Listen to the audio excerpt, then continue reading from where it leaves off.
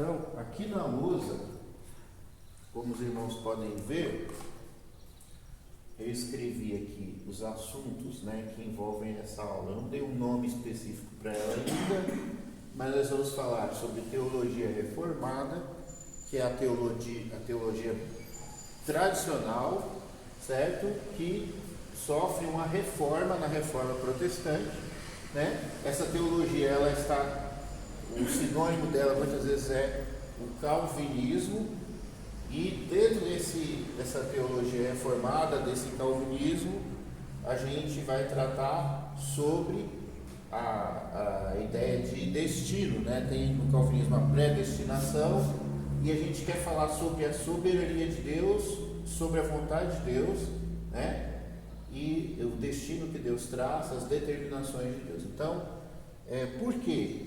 Porque, como eu tenho falado bastante sobre arminianismo,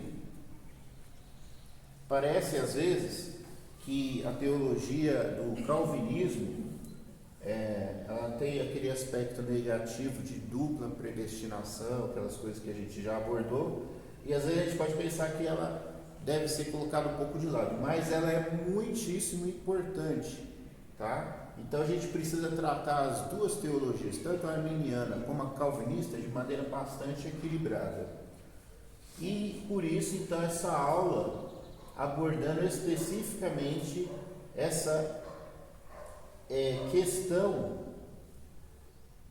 da soberania divina, tá? Vamos abrir as nossas Bíblias, nós vamos ler bastante, tá? Vamos ter que ler bastante hoje, na carta de Paulo aos Romanos, no capítulo 9. Eu vou citar alguns livros da Bíblia durante a aula, porque a gente vai precisar, né? Mas não vai dar para a gente ler, senão fica coisa demais. E aqui, antes de lermos Romanos, eu vou ler para os irmãos, eu mesmo vou ler aqui, 1 Tessalonicenses, capítulo 2, do versículo 17 até o 20, porque a gente precisa ter isso aqui em mente, tá? Então, 1 Tessalonicenses, capítulo 2, do versículo 17 até o 20, diz assim: Nós, porém, irmãos, privados da companhia de vocês por breve tempo, em pessoa, mas não no coração, esforçamo-nos ainda mais para vê-los pessoalmente, pela saudade que temos de vocês. Quisemos visitá-los, eu mesmo, Paulo, o quis, e não apenas uma vez, mas duas.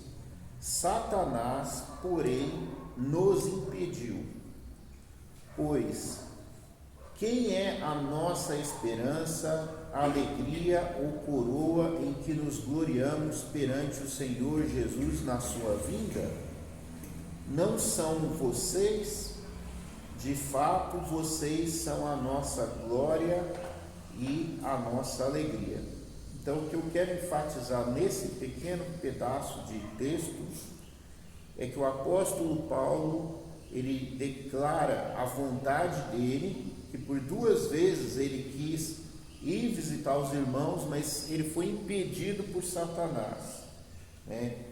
Muitas pessoas falam de uma maneira muito enfática que Satanás, o império das trevas, não pode contra a igreja. Mas aqui nós temos um texto que está dizendo, o apóstolo Paulo está dizendo que dessa vez, com relação a essas pessoas, ele tentou por duas vezes, mas ele não conseguiu, impedido por Satanás. Aí a gente vai começar a passear pela Bíblia. Vocês vão ver a história, por exemplo, não vai dar para ler todos os textos, mas tem também na história de Daniel, certo? No livro de Daniel, lá no Antigo Testamento, e ele tem uma questão ali com Deus, e ele começa a orar, e se passa 21 dias e depois de 21 dias, quando chega a resposta de Deus, o anjo diz para ele: olha, assim que você começou a orar, eu vim, só que eu não consegui chegar aqui, porque eu fui impedido, eu entrei em conflito com o príncipe, inimigo, e depois disso ele deixou o anjo Miguel lutando e conseguiu chegar até Daniel. Então, a gente tem a vontade humana, mas nós temos minimamente, de maneira que impeça a vontade humana, um agir maligno, tá? Então, a gente pode colocar aqui também alguma coisa de batalha espiritual, Batalha espiritual.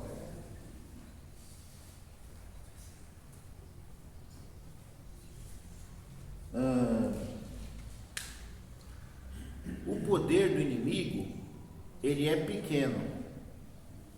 O poder de Deus é grande e o nosso poder é quase zero. Tá? Então, a gente precisa meditar um pouco, porque você não está assim totalmente livre no mundo como você pensa. Você fala em livre-arbítrio, mas tem Deus com a vontade dele, tem o diabo com a vontade dele, e existe então toda uma briga entre desejos, vontades. Não bastasse a briga interna que existe dentro de cada um de nós, lutando contra as vontades da carne. Então você tem aquela vontade de ficar na cama, mas você tem que trabalhar, porque se você não for trabalhar, você não recebe. Se você não recebe, você não tem dinheiro para comprar comida, e se você não compra comida, a sua barriga reclama, Então é um ciclo vicioso e você fica preso naquilo, de uma forma que você acaba não fazendo o que você quer. O conceito filosófico da vida com respeito à disciplina é que a disciplina é você fazer aquilo que você não quer para você conseguir o que você quer. Então você quer comprar um presente de Natal para o seu filhinho. O que tem que acontecer? Você tem que fazer hora extra, Você não quer fazer hora extra, você quer sair do serviço e correr para a sua casa, mas você quer dar um presente para o seu filho. Então você não tem dinheiro. O que você precisa fazer? Você precisa fazer hora extra. Então você tem que exercer uma disciplina. Você faz aquilo que você não quer para conseguir aquilo que você quer. Então, essa questão da liberdade fica sendo uma coisa muito subjetiva, relativa às vezes. Liberdade. Você tem de fato liberdade? É o que muitos questionam. E aí nós vamos não olhar para essa questão, mas olhar para a questão das interferências, um pouquinho aqui do inimigo e muita coisa da parte divina, O mundo, a Bíblia fala, o mundo jaz no maligno, e ao mesmo tempo quem controla o céu, a terra e tudo que nela existe é Deus. E a sua vontade, a vontade humana, o que é a vontade humana perto de todas essas lutas que existem, Então, Romanos capítulo 9, versículo 1, diz assim: digo a verdade em Cristo. Deixa eu só confirmar aqui. Está gravando sim. Digo a verdade em Cristo, não minto. Minha consciência o confirma no Espírito Santo.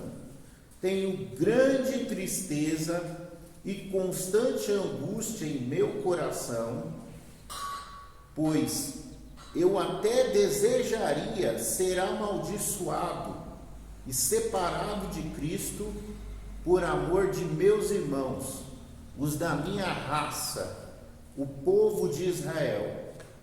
Então o apóstolo Paulo, ele usa aqui a palavra, tem algumas Bíblias acho que traz a palavra anátema, eu gostaria de ser anátema, né? Entregue a maldição, a destruição, consagrado, né? Guardado para destruição, maldito, né? Pelo povo dele, porque os parentes dele, os outros judeus, eles não conheciam a Cristo, né?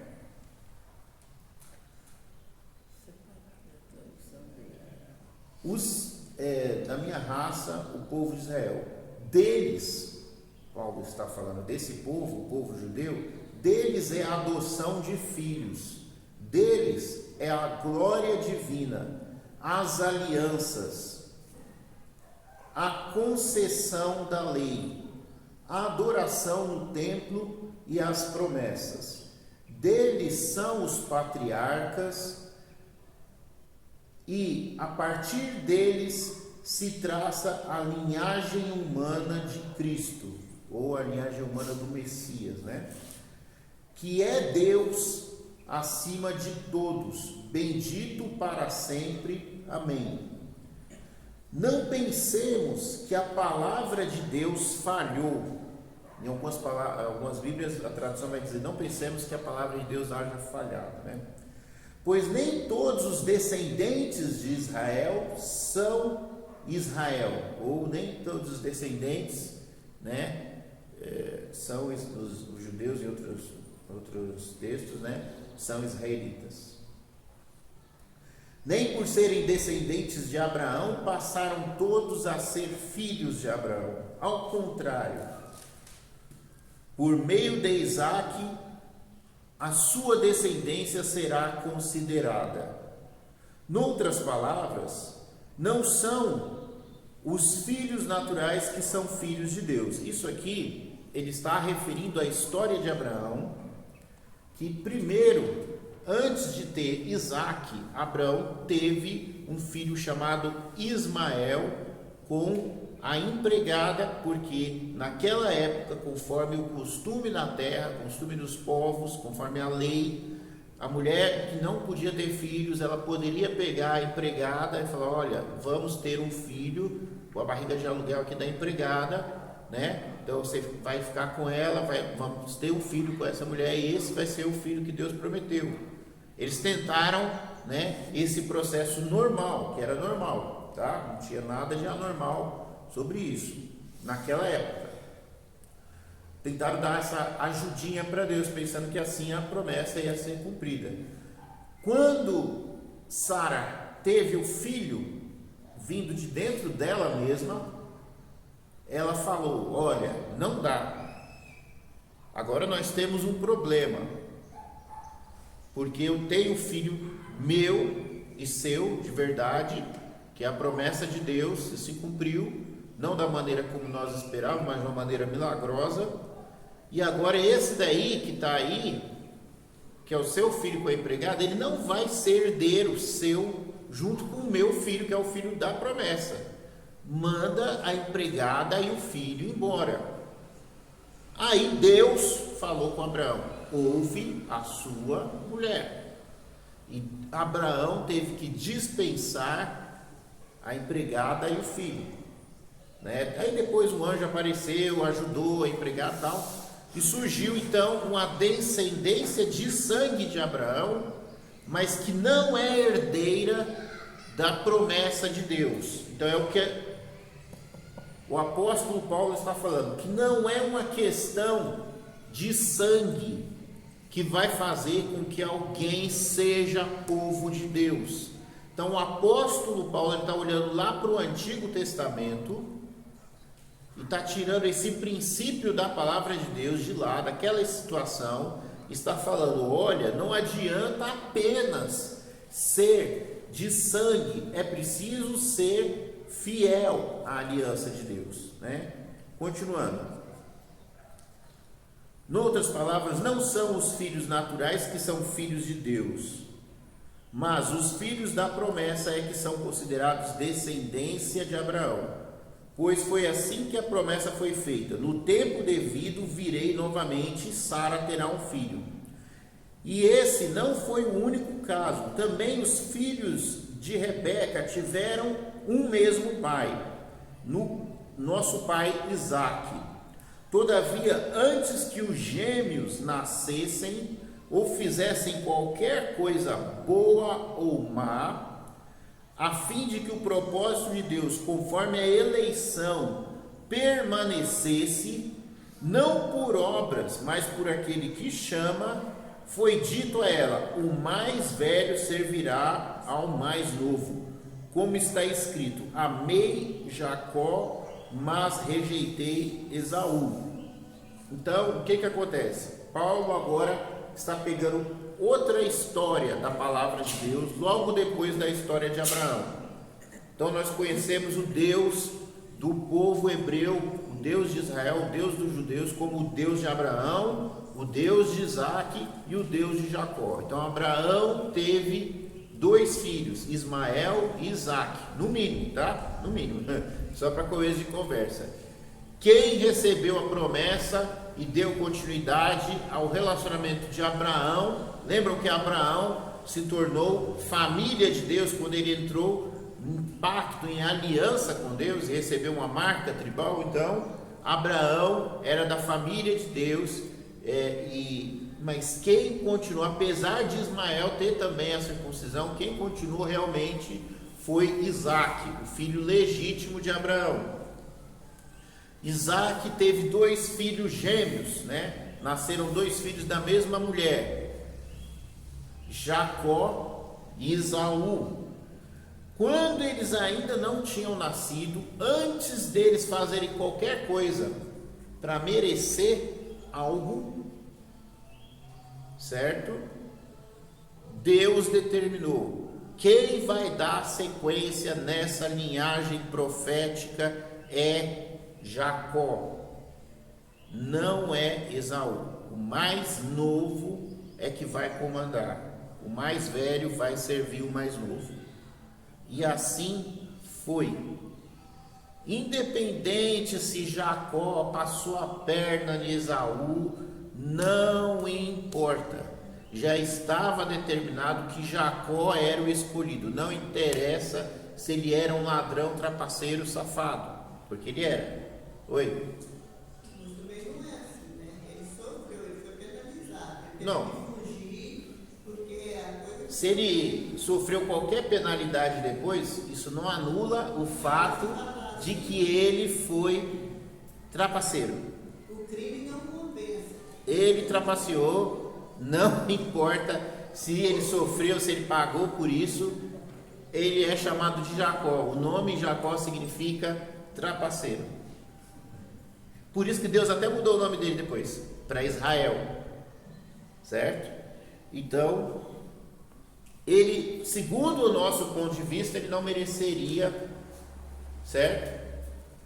Mas não importa, porque não é por merecimento, é por vontade de Deus, é por soberania de Deus, é o destino que Deus traçou para ele. É a tal da eleição que fala tanto o calvinismo, certo? Então é disso que nós estamos falando. Ah, mas eu não concordo. Deus não está nem aí para a sua opinião. Deus não liga para a sua ética, para o seu julgamento. Ele decide e está decidido. E fim da história, tá? Então, quando a gente fala em soberania de Deus, é isso. E a nossa vontade, ela ainda enfrenta os empecilhos, como a gente viu aqui. Paulo, na maior das boas intenções, com Deus do lado dele, mesmo assim, ele enfrenta uma luta contra o inimigo, porque o inimigo existe, né? Então, a nossa vontade, ela não vem sem luta. Você não ganha o pão assim do nada, de graça, você precisa trabalhar. Se bem que o povo de Israel, que ficou 40 anos no deserto, ganhava de graça, o pão caía do céu, mas é porque Deus quis. Mas eles eram folgados, Deus quis. Mas eu não concordo, eles não mereciam. Não importa se você concorda ou não, Deus quis assim e acabou.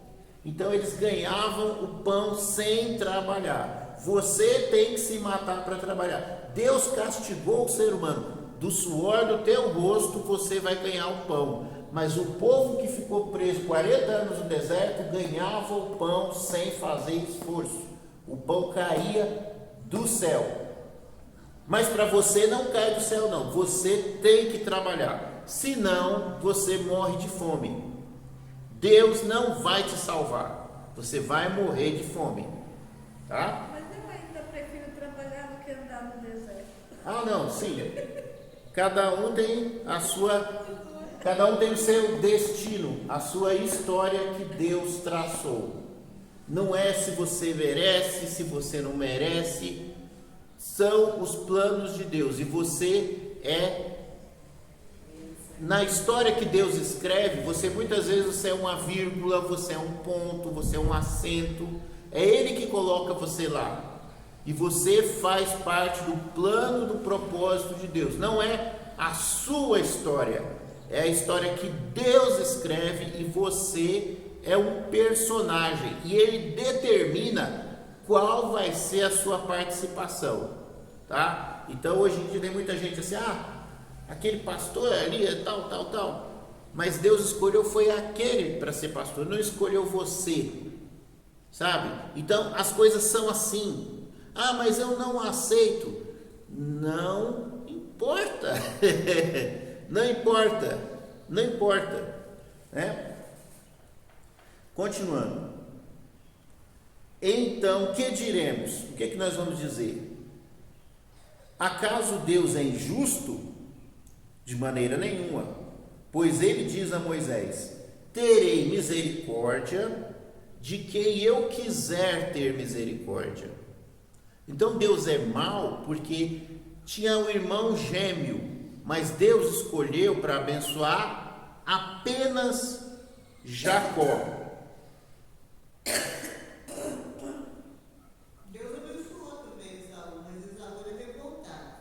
Não importa,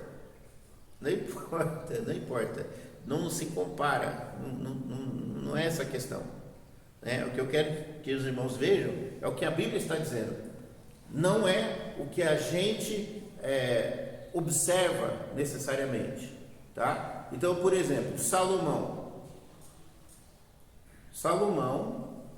teve 1000 mulheres, todos os homens podem morrer de inveja.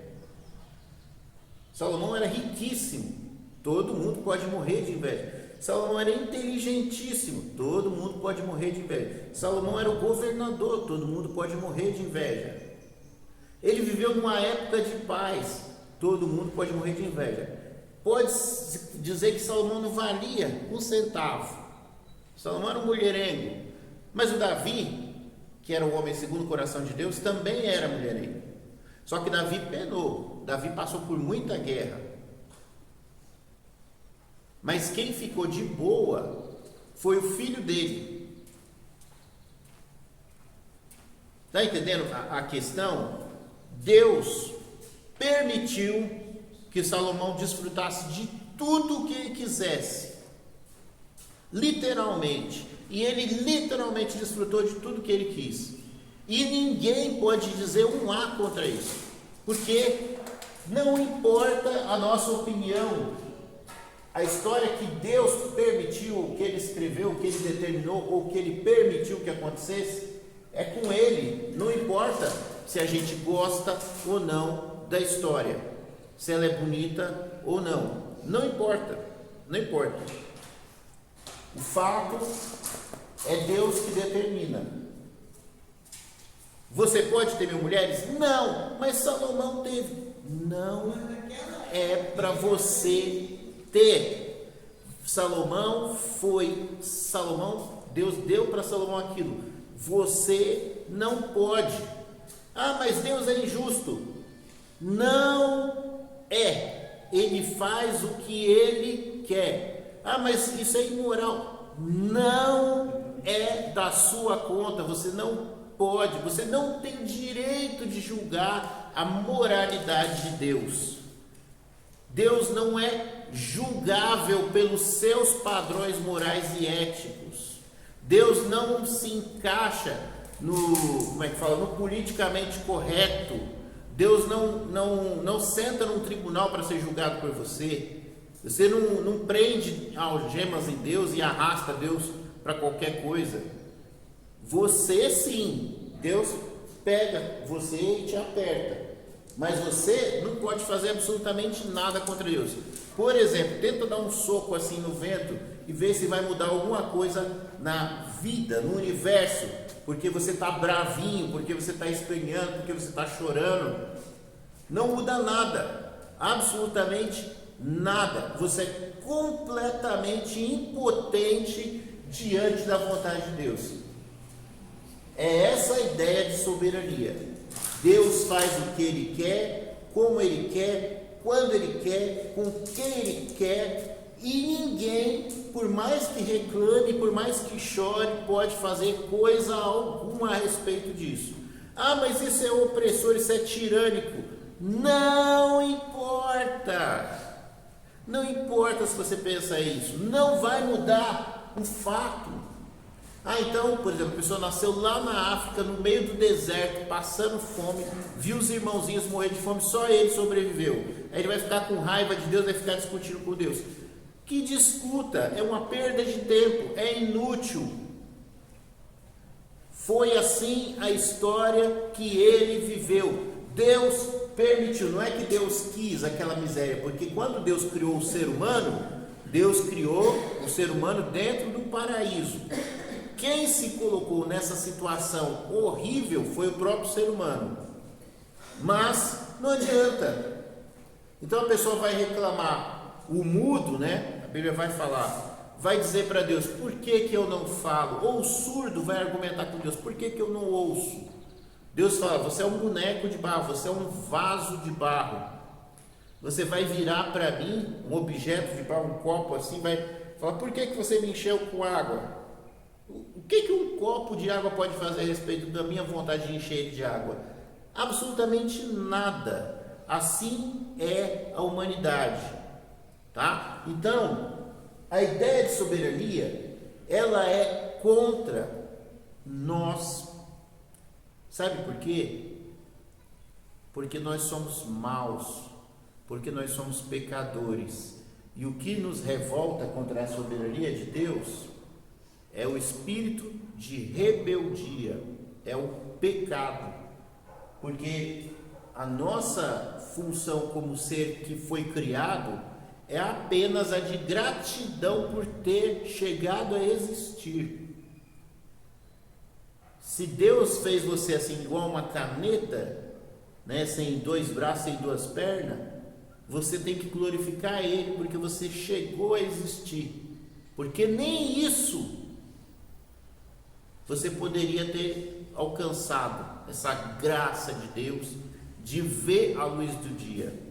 Tantos e tantos que não chegaram aos abortos, né, não chegaram a ver a luz do dia, né? Então, a criatura, se ela abrir a boca para reclamar, ela está em pecado de blasfêmia, de murmuração. Ninguém deve abrir a boca, olhar para o céu e começar a reclamar de Deus. Ah, por que me fizeste assim? Por que me fizeste assado? Apesar de que a gente realmente faz isso, porque o ser humano é assim. E a única coisa que, se fosse eu, por exemplo, Deus, né, a primeira reclamação já quer saber: tchau, não sei nem por que eu te criei, para quê? Você está reclamando? Tchau, acabou, né? Mas Deus é amor. Aí é que a gente vai entender, quer dizer, entender não dá para entender, mas aí a gente vai ver a misericórdia, o amor de Deus, como diz a Bíblia, né? as misericórdias do Senhor se renovam a cada manhã, e essa é a causa de nós não sermos destruídos. Porque se fosse sem essa renovação do amor e da misericórdia de Deus, ele já acabava com tudo. Por exemplo, o dilúvio, Deus colocou um selo ali de proteção, né? O arco-íris, para toda vez que ele está querendo matar todo mundo na base da chuva, ele vê o arco-íris, opa, calma aí, eu prometi que eu não ia matar, né? Já morreu bastante gente, vamos parar, não vou mais destruir o mundo com água. De vez em quando ele derrama uma aguinha por ali, né? Matam as pessoas, né? Mas aí para por ali, não sai matando geral, igual ele fez lá no mundo antigo, antes do dilúvio. Se fosse você no lugar de Deus, com certeza você teria feito isso. Por quê? Porque você é igual a mim, e o ser humano não é misericordioso, não é bom. Você pode perdoar uma vez, pode perdoar 2 vezes, 3, mas um belo dia você fala, cansei, acabou. O amor do ser humano tem limite. Por exemplo, o amor entre o homem e a mulher. É lindo, é bonito e tudo, trai, acabou. É condicional, não é igual a Deus, que não importa se você faz o bem ou você faz o mal, o que ele prometeu ele cumpre. São níveis totalmente diferentes. Mas aí diz aqui, lá no Antigo Testamento, Paulo está citando o Antigo Testamento: terei misericórdia de quem eu quiser ter misericórdia. Eu não tenho compromisso, eu tenho misericórdia porque eu quero. Eu não sou obrigado a ter misericórdia. Terei compaixão de quem eu quiser. Então, que compaixão? Ninguém manda em Deus, você tem que fazer porque não, eu não sou obrigado. Aí tem alguns, não, porque Deus se lembra que eu te servi na igreja durante 40 anos. Não é assim. Você pode falar isso? Pode. Você vai encontrar na Bíblia alguém falando isso? Vai. Deus é obrigado? Não. Ele não é obrigado. Ah, você me serviu durante 40 anos. Servi. E aí, durante 40 anos, você não comeu, não bebeu, não dormiu? Não teve saúde? Ou você acha que você vai durar para sempre? Que nunca vai ter o dia que você vai morrer? É igual as pessoas que Jesus curou. Para pensar. Jesus curou uma pessoa com 40 anos lá, a pessoa não enxergava, abriu os olhos, passou a enxergar. O que acontece quando você fica extremamente velho? Você fica cego. Eu já estou com dificuldade de ler umas letrinhas pequenas. Você vai ficando velho, vai ficando cego. E aí aquele cego vai chegar lá talvez nos seus 90 anos, se ele conseguiu viver 90 anos, vai ficar cego. Oh Deus, por que eu fiquei cego? Não tem cabimento uma coisa dessa. Ah, Jesus curou o cego para sempre, ele enxergou até os 100 anos. Não importa. Ele morreu, acabou. As pessoas que Jesus ressuscitou Lázaro, ah, que legal, ressuscitou. Passou lá mais uns 20, 30 anos, Lázaro morreu. Morreu de um acidente bobo, uma carroça caiu em cima dele. Pronto. Ah, por que Deus não poupou? Porque Deus não tem que poupar. Porque o ser humano é mortal, ele não curou a mortalidade. Ele deu uma vida, uma segunda chance. Está entendendo? Deus poderia ter transformado em imortal, mas ele não fez. Por quê? Porque ele não quis, porque ele não é obrigado, porque ele tem os propósitos dele, que você não entende. E não tem que entender, porque não é da sua conta. Pode falar, irmão.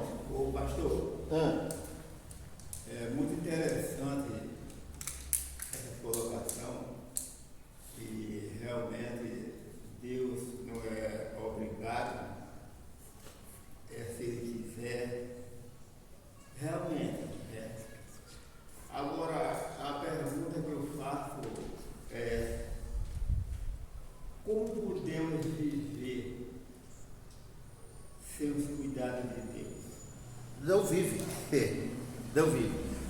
assim, na verdade, é assim.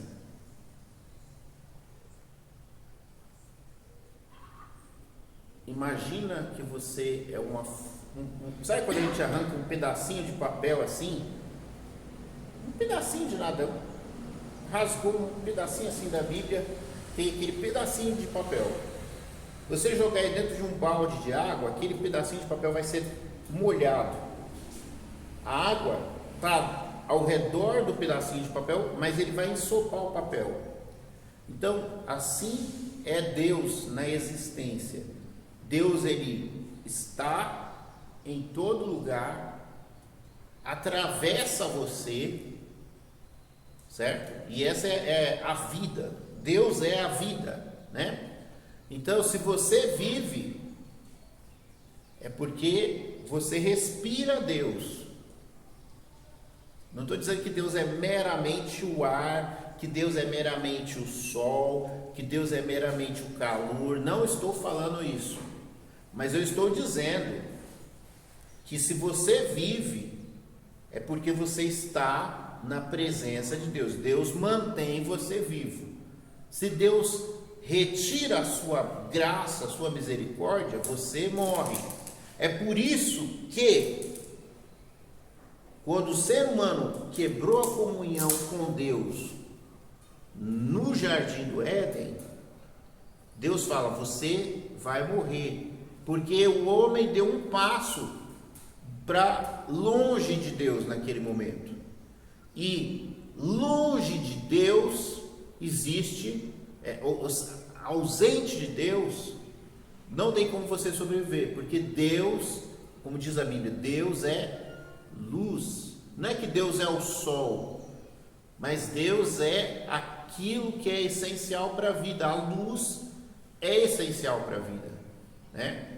Então Deus vai dar várias comparações. Jesus vai falar: nem só de pão vive o homem, mas de toda a palavra que sai da boca de Deus. As minhas palavras são espírito e são vida.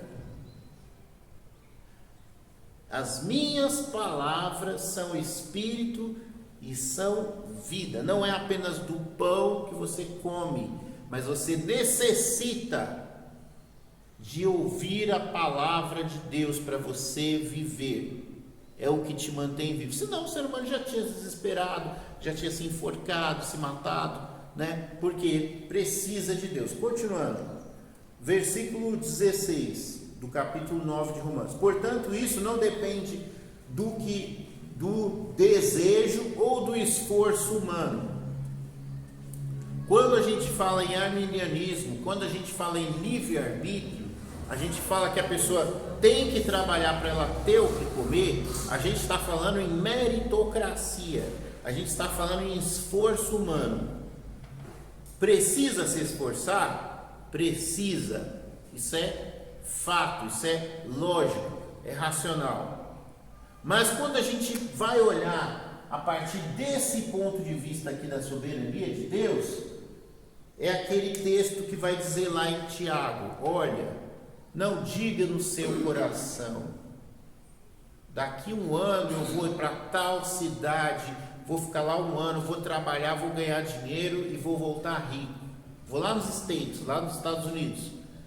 A Bíblia diz: não digas, mas diga se Deus quiser. Se Deus quiser. Então, se Deus quiser, se Deus permitir, se Deus me agraciar, eu vou lá e vou trabalhar e vou conquistar. Ou seja, primeiro é a permissão de Deus, porque se Deus não permitir, a sua própria força do seu braço não vai conquistar. Então, por exemplo, lá no Antigo Testamento tem uma maldição que é o seguinte: se vocês forem desobedientes, vocês vão trabalhar feito condenado e vão meter num saco furado.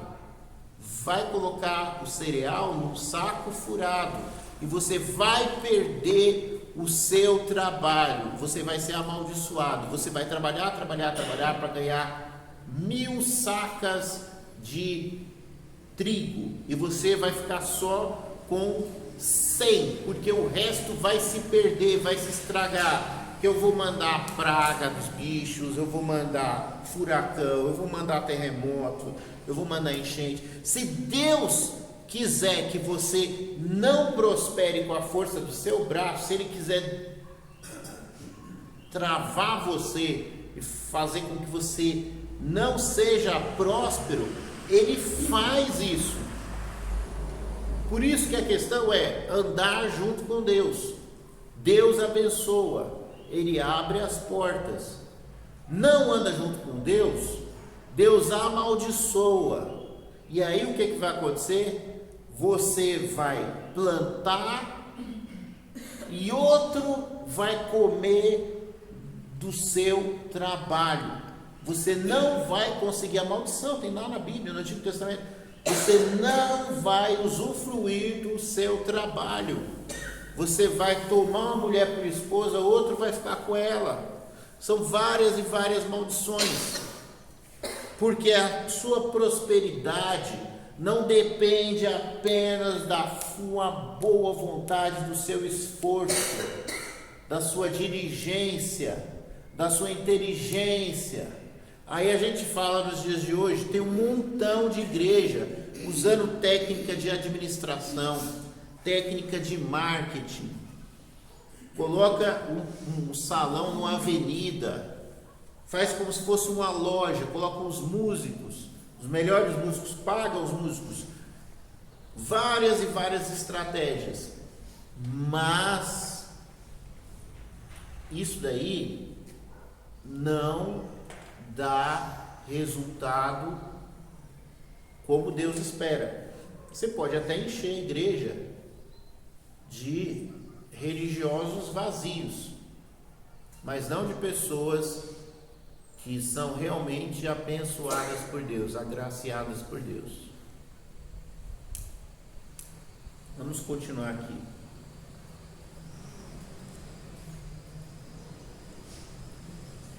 Portanto, isso não depende do que deseja, do desejo ou do esforço humano, mas da misericórdia de Deus. Versículo 17: pois a Escritura diz ao Faraó: eu o levantei exatamente com este propósito, mostrar em você o meu poder, e para que o meu nome seja proclamado em toda a terra. Portanto, Deus tem misericórdia de quem Ele quer e endurece a quem Ele quer. A história de Faraó e o confronto dele com Moisés, né? Então vejam bem, Faraó era um cara muito poderoso, muito inteligente, e ele enfrentou o profeta de Deus, Moisés. Talvez, se fosse algum de nós, logo na primeira praga já falava: não, eu já entendi, tudo bem, pode ir embora todo mundo, senão você vai acabar com o meu reino, com o meu país. Mas não, Deus não deixou o Faraó se arrepender. Deus mexeu na mente, lá no coração do Faraó. Deus dominou o coração do Faraó, tirou o livre-arbítrio do coração do Faraó, e o Faraó fez o que Deus queria. O Faraó ficou lá, cabeça dura, e não deixava o povo de Deus ir embora. Aí Deus mandou outra praga, e Deus já falava com Moisés: você vai lá, mas o Faraó não vai te ouvir, porque eu quero acabar com esse povo aqui, eu vou mostrar o meu poder. Então foi de novo, a terceira vez, a quarta vez, a quinta vez, a sétima vez, a nona vez. Na última vez Deus matou o filho de Faraó. Quando Deus conseguiu detonar o país, detonar o líder daquele país, aí o Faraó falou: agora o povo pode ir embora. Então Deus faz com o Faraó o que ele quer. O faraó não era um homem de Deus, por isso que Deus tirou a liberdade dele de decidir. Não, tem a história de Jó. Jó era temente a Deus, e Deus fez a mesma coisa. O diabo chegou para Deus, por isso que o diabo entra na história aqui, certo? O inimigo falou, e Deus, primeiro, Deus se gabou, Deus provocou o diabo, né? Olha, de onde que você está vindo? Estou vindo aí de vagabundar aí pela terra, rodear a terra, né? Dando meus rolês. Aí Deus falou, você viu aí meu servo Jó, como ele sabe se desviar do mal? Aí o diabo, isso aí é porque você abençoa ele, tira tudo que ele tem, você vai ver como ele vai te negar.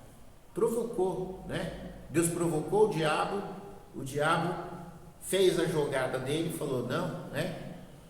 Isso aí é porque ele foi enriquecido, tira a riqueza dele. Aí Deus falou, tá bom, tudo que ele possui está nas suas mãos, mas você não pode tirar a vida dele.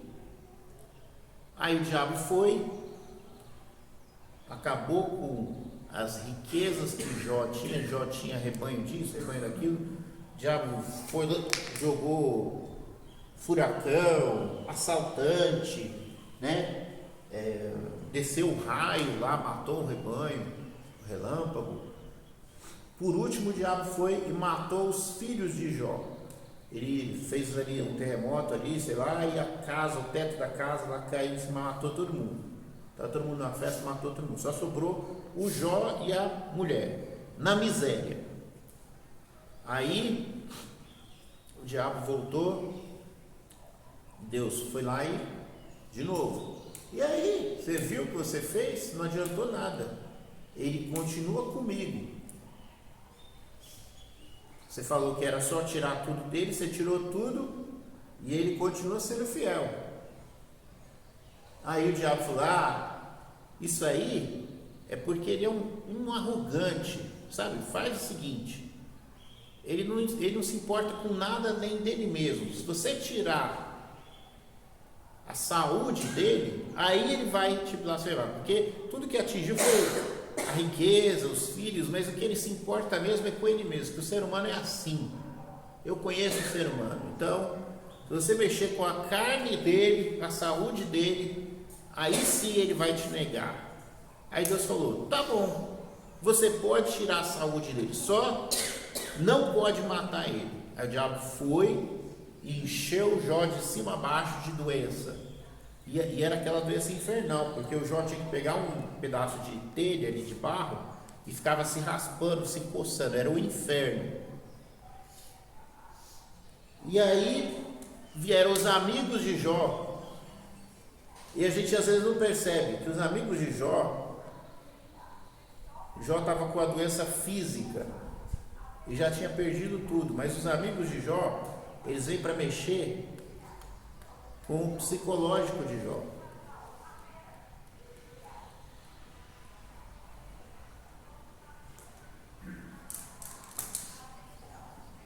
E então Jó sofre, e Deus está permitindo tudo isso. Não é que era a vontade de Deus, mas Deus permitiu. E o Jó pode dizer alguma coisa? Não. Por quê? Porque não importa. O Jó, ele é um bonequinho de barro. Você é um bonequinho de barro. E Deus faz com você o que Ele quer. Você não faz com o seu cachorro o que você quer. Você não dá a comida que tem na sua mesa. Seu cachorro chega para você e fala, eu quero a ração fulano de tal que tem lá naquela loja grande. Não, ele come o que você dá para ele. Você chega para o seu cachorro e fala assim, olha, hoje você não vai sair na rua. Ele não sai. Seu cachorro está doente, está chovendo muito, você fala, eu não vou levar você para cuidar de você no meio dessa chuva, você vai ter que esperar. Se você morrer, você morreu. Tem várias atitudes que a gente faz, cada um de nós acaba fazendo em algum momento da vida. Por quê? Porque somos todos culpados. Não somos pessoas excelentes como a gente pensa que é. Você passa do lado do mendigo, você não ajuda. Ou ajuda toda vez? É perigoso, eu não pedi para dar. Certo? Então, você decide sobre as coisas. Você pisa na formiguinha, não pisa? Você não trata a formiguinha como se fosse um nada? Aí Deus te trata como se você fosse um nada e você quer reclamar. Não, a formiguinha não reclamou e você não vai reclamar. É a natureza de todas as coisas. Quem você pensa que é? Você acha que você é mais do que uma formiguinha para Deus? Você não pisa na formiguinha, você não mata a mosca, você não trata o mosquito que te picou, você não bate com o tapão? É a realidade da vida. E uma pessoa que nasce com algum tipo de problema físico, que ele não tem mãos, não tem pés, se a família não cuidar, ele morre. Ele está na mão daquelas pessoas para o resto da vida. E é isso. E as pessoas ao redor dele vão decidir se ele vai viver ou se vai morrer, se ele vai ter um bom tratamento ou não. E é isso. Aquela pessoa está escrava, está refém para o resto da vida dela. Se ela viver 30 anos ela vai viver o inferno, porque ser cuidado por um outro ser humano, ter sua liberdade na mão de um outro ser humano, é a pior coisa que pode haver para um ser humano. Mas a realidade é essa e não tem como mexer. Aí nasce uma criancinha, está lá com 3 aninhos, descobre que está com câncer. Vai fazer as quimioterapias. Se ela sobreviver, quando ela crescer, ela vai estar aleijada, porque a quimioterapia destrói o corpo da pessoa. Não vai ter uma vida normal? Nunca. Mas a vida é assim. E você não tem como lutar contra isso. Você é impotente diante das circunstâncias, de certas circunstâncias.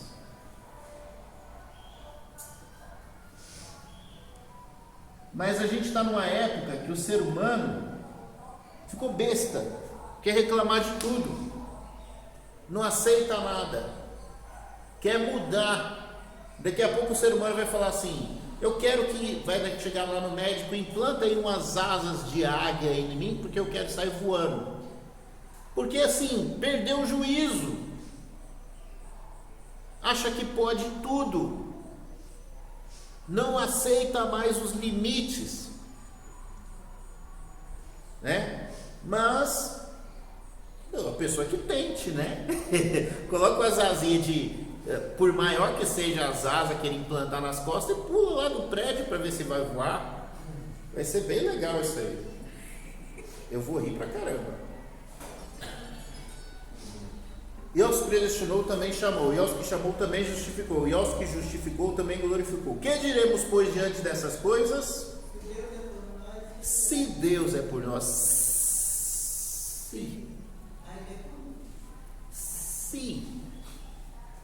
se Deus for por você, se Ele for por você, ninguém pode. Mas se Ele não estiver disposto a te ajudar nisso ou naquilo, você fica refém. Pode falar. Não, tá tudo certo. Eu só quero falar o seguinte: é importante, talvez, ressalte essa questão de soberania de Deus, porque Deus tem um propósito em tudo aquilo que Ele faz. Como você falou do faraó, Sim. Como você fala de qualquer um de hoje, quando você falou de Jó, Sim. é porque Deus, Sim. soberano, tem um propósito. Sim. E se for para nós também, Deus tem um propósito. Sim. É importante você não pensar assim, mas Deus é tão simples. Não, Ele não é. Ele tem um propósito. Sim. Ele tem um projeto. Sim. Ele tem um plano. E tudo que Ele faz Sim. é planejado. Sim. Sempre eu falo, a história está na mão dele. Sim. Ele vai fazer história do jeito que ele Sim. quer, com o propósito que ele tem, Isso. que aconteça como ele quer. Sim. Quando a teologia, ela fala assim. Acho importante você Sim. mostrar esse lado. Sim. A teologia, ela tenta justificar as ações de Deus através de dizer Deus deve ter um propósito sobre isso. E ele de fato tem. A questão é que você pode não saber. Porque Deus não tem que revelar um propósito dele para você. Ele não tem que dar satisfação para você. Deus tem um propósito. Deus é bom. Tudo que ele faz é bom, é para o bem, certo? A Bíblia vai falar isso. Deus é bom, Deus é perfeito. Deus nunca faz o mal. Deus é luz, lá em Tiago, e nele não existe trevas algumas. Mas eu estou falando dessa maneira assim, meio escrachada assim, tá? Para poder fazer você entender que não importa o propósito de Deus, os planos dele, são da competência dele, e você não precisa de justificativa. Ele não te deve justificativa. Ele revelou alguns planos? Revelou. Alguns dos planos dele incluem morte dos cristãos. Ah, Deus, como assim? Está escrito lá. Eis que vos envio como cordeiros no meio de lobos. Alguns de vocês eles matarão, outros jogarão nas prisões. Vocês serão açoitados, difamados por causa do meu nome. Só que essa é a vontade dele. Está escrito o propósito. E é o propósito de massacrar você. Quer dizer, não Deus massacrar você. É assim, vamos lá, vamos explicar. Jesus ensinou. Olha o que Jesus ensinou. Quando te baterem no rosto, você dá outra face. Aí Deus fala assim, agora você vai, aquelas pessoas vão te bater e você não pode reagir. Você vai pregar o meu amor, você vai ensinar para as pessoas a serem diferentes e vocês vão ser mortos por causa disso. E essa é a minha vontade, que vocês enfrentem sem lutar, sem reagir. E eles vão matar vocês, mas eu quero que vocês não reajam. Pula essa parte, né? Os neos crentes hoje vão ensinar. Porque ensinar que você tem que ir para a luta, você tem que lutar. Sim, ó, teologia. Esquece do que Deus. Nem os neos, teologia antiga já, mais de 100, 200 anos. Estados Unidos, por exemplo, pode ter arma, o crente pode ter arma. Imagina que os Estados Unidos já foi um país que só tinha crente, todo mundo tinha arma. A visão deles é, se alguém for fazer guerra contra a gente tem que lutar, é o direito nosso. Não vou entrar nessa parte ainda, talvez um dia eu entre, isso é muito complicado. Mas eles entenderam, pastores, crentes, todos de igrejas igual a nossa, entenderam que eles tinham o direito de se defender. E eu não vou discutir o mérito da questão. Não vou dizer que eles estão certos e que eles estão errados. Vai ficar um mistério. Vai ficar um mistério, tá? Pode falar. De acordo com os ensinamentos que você está passando aí, a gente, que é bíblico, né? A gente vai chegar a entender que as consequências do homem é porque ele quer ir mais além do que o que Deus quer. É isso. O homem quer saber mais. Não, o homem, entenda bem, que a gente não entende. Estou ficando cansado aqui, resfriado, tudo. O homem já deu esse passo lá no passado, então o ser humano já tem garantido já de graça não, pelo que ele fez lá no passado no Jardim do Éden, já tem garantido sofrimento. já é normal. Você nasceu é para sofrer, é ser humano, certo? Já está condenado, já está enrolado. Quando Deus faz um pacto com você, Ele diz: olha, há mais do que o seu normal, há mais, você já está enrolado, mas como você está fazendo um pacto comigo, eu vou te dar uma consequência negativa especial se você quebrar o pacto. Você vai sofrer mais do que os outros que não me conhecem, porque você vai se tornar culpado, porque eu revelei coisas especiais para você. Você tem mais responsabilidade. É como se ele estivesse lá no Jardim do Éden de novo, te dando uma lei, e você está quebrando a lei, você vai ser punido. Então, aquele que não é crente vai ser menos punido do que você que é crente, porque você é mais responsável. Deixa eu fazer meu gráfico aqui. No desenho é mais fácil de explicar do que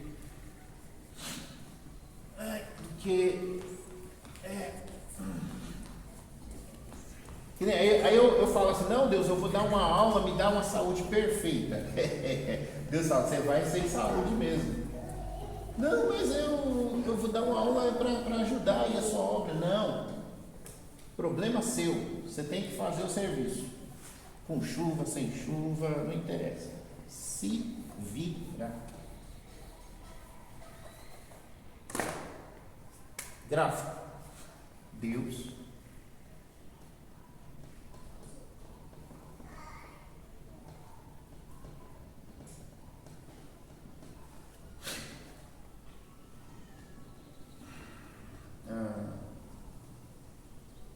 crente, né?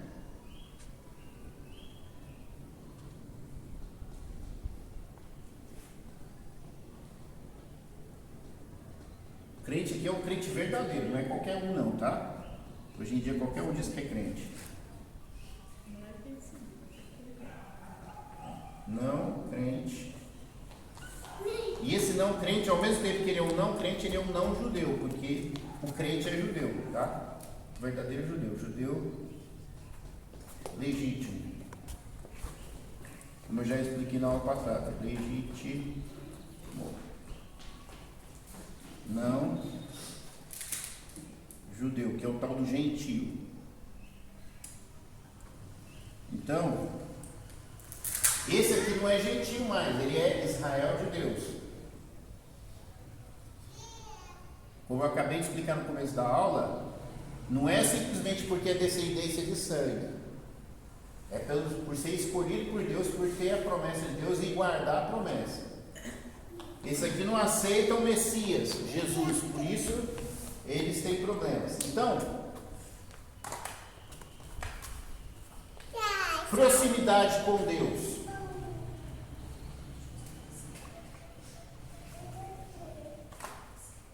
Esse aqui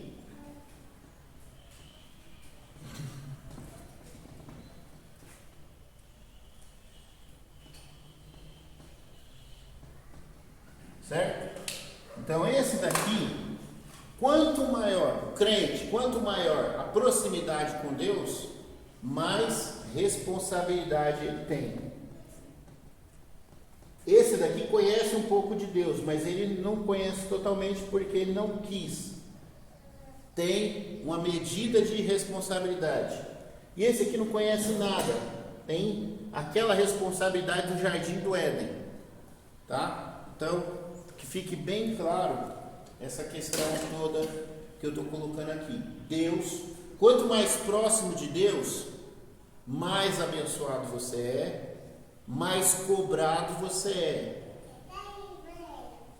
Pisou na bola, morreu. Literalmente. Judeu, conhece Deus. Pisou na bola, guerra, é desterrado, tudo mais. Não crente, não conhece a Deus.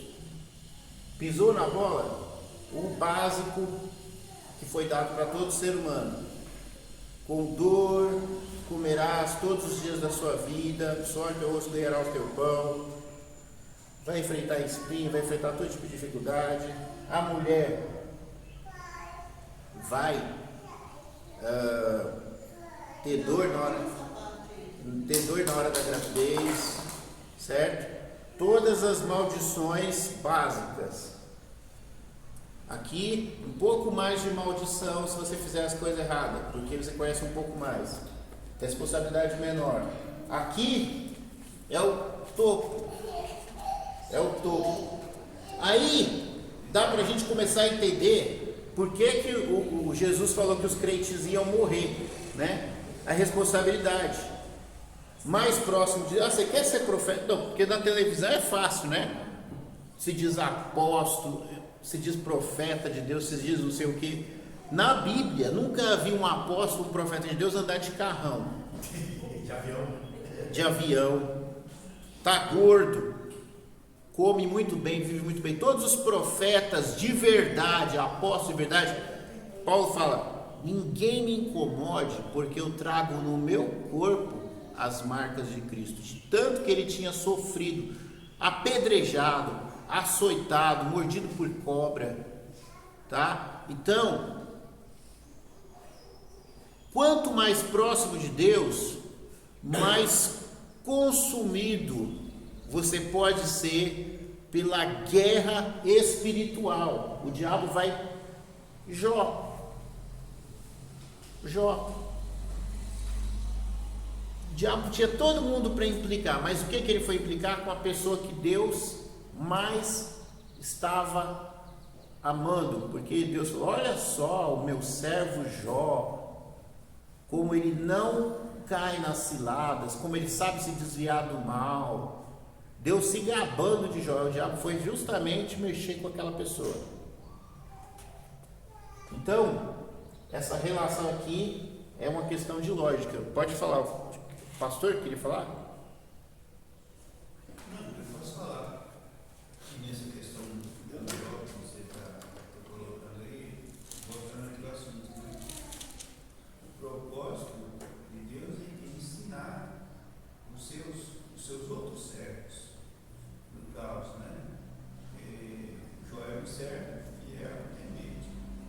E o propósito que Deus permitiu que Satanás fizesse, né? O propósito dele é mostrar para Satanás que aquele que é dele, que é servo dele, pode fazer tudo, mas não pode acabar com a vida dele. E o próprio Jó falou: eu te conhecia só de ouvir falar, mas agora eu conheço de andar contigo. Quer dizer, então Deus tem um propósito. Sim. Por mais que a gente pode ter esse mais igual, o crente sofre mais, né, nesse primeiro aí, certo? Mas tem um propósito. O apóstolo Paulo sofreu muito, mas ele falou assim: ó, a minha graça te basta. Então a gente pode pensar que o crente está sofrendo e está desamparado. Não, Deus tem um propósito. O Paulo falou assim: não, eu orei 3 vezes, eu pedi 3 vezes para o senhor tirar um espinho. O senhor falou: não, eu não vou tirar um espinho, você vai ser perseguido até o fim, mas a minha graça te basta. Entendeu? Deus tem um propósito. Senão a gente pensa: não, ser crente não vale a pena, porque não compensa, porque se eu ficar no degrau de baixo, eu estou mais. Na verdade, assim, não vale a pena. Humanamente, se você quiser ter uma vida de paz, você fica junto aqui com o diabo, você vai morrer e vai para o inferno. Aí que não vai compensar. Então, mas nessa vida você vai ter paz, só que quando você morrer você vai sofrer. Aqui não. Aqui você vai sofrer, quando chegar lá no céu você vai ter paz. São escolhas. São escolhas. Não, mas a pessoa o crente quer vitória, né? Tem uma musiquinha evangélica que diz assim: quer vitória, vai chorando, geme e chora. Como é que você quer ter vitória se você não estiver passando por guerra? A vitória para o crente só vem depois de guerra, depois de batalha. Se não tiver guerra, não tiver batalha, não tem vitória não. A vitória só é dada para os fortes. Quer vitória, vai ter que fazer por merecer. Ele tem que ser guerreiro de elite. Agora, se você quiser ter paz, fica com o diabo. O diabo, ele não incomoda ninguém. Ele fala assim, ó, você não falando de Deus, tá bom. Você vive a vida, você vive a vida que você quiser. O diabo quer dar liberdade para todo mundo. Faz do jeito que o diabo gosta. Livre, leve e solto. Certo? À vontade, no conforto. Só que depois você vai cair na armadilha, porque o diabo faz uma armadilha.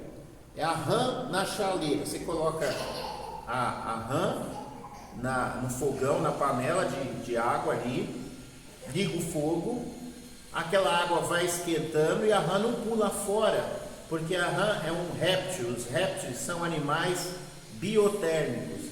A temperatura do corpo deles segue a temperatura do ambiente. Então está na água fria, está frio, não se incomoda. Está no calor, não se incomoda. Aí a temperatura da água vai alterando e a rã não se incomoda, porque ela está sempre na mesma temperatura. E para ela está sempre bom, sempre tranquilo.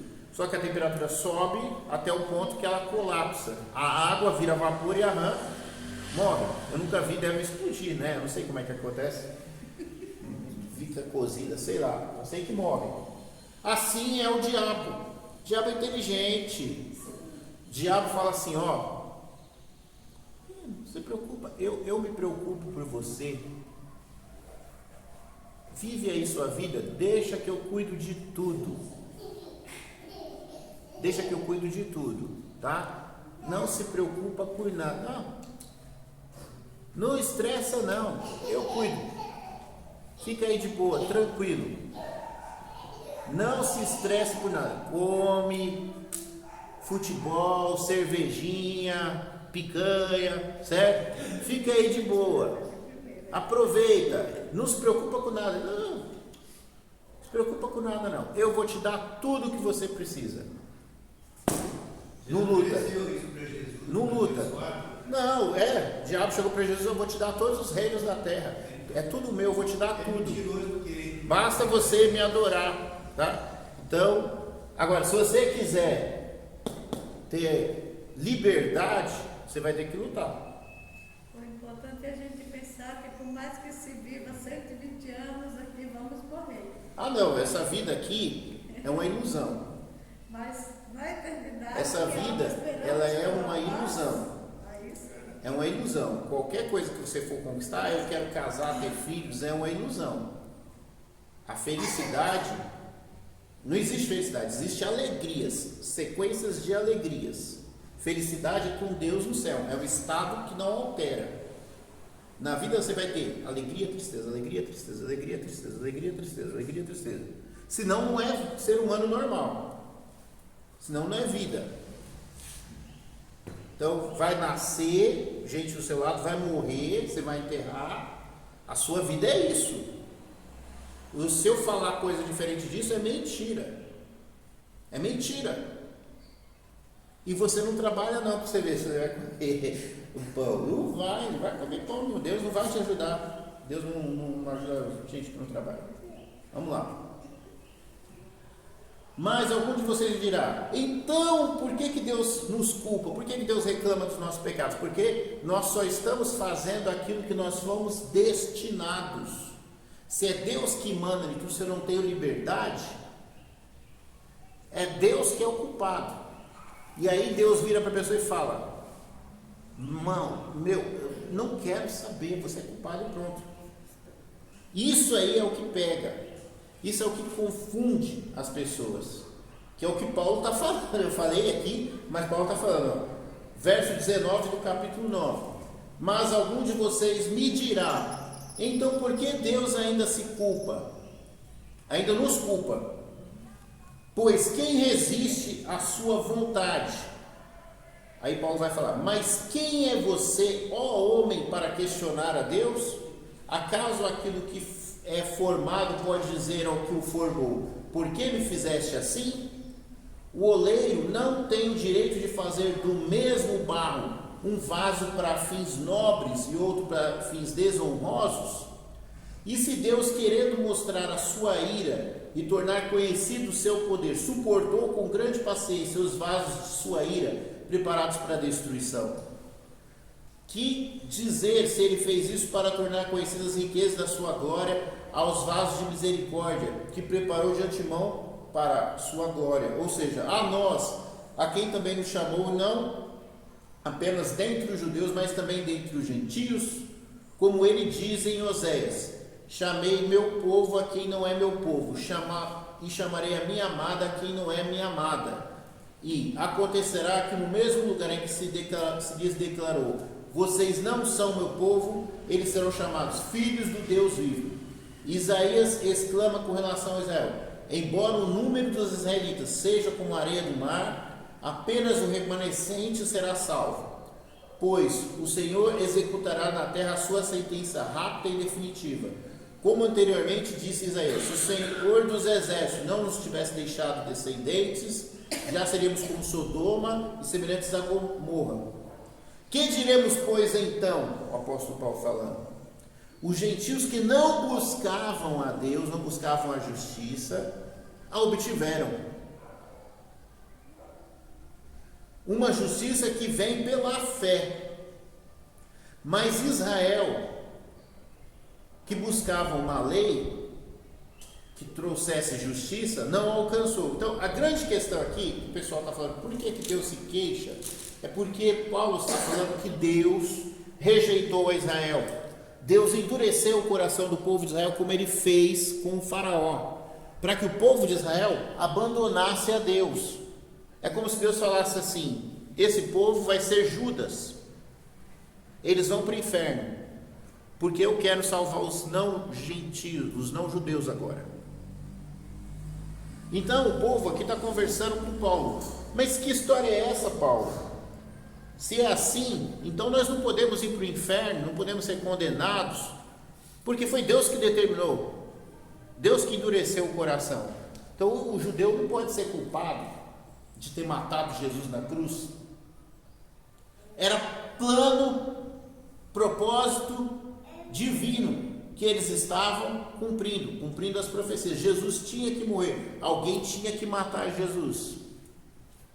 Todo o sistema sacerdotal foi feito preparando um povo para que ele matasse o seu rei, para que assim viesse a salvação para todos os povos.